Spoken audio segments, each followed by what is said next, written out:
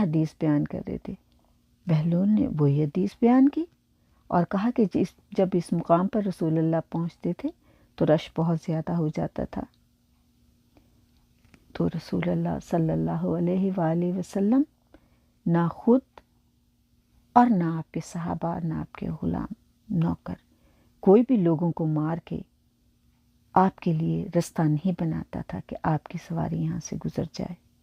لیکن تمہیں میں نے یہ دیکھا ہے کہ تمہارے سپاہی جو لوگ حج کرنے آئے ہوئے ہیں، تمہاری سواری کو آگے بڑھانے کے لیے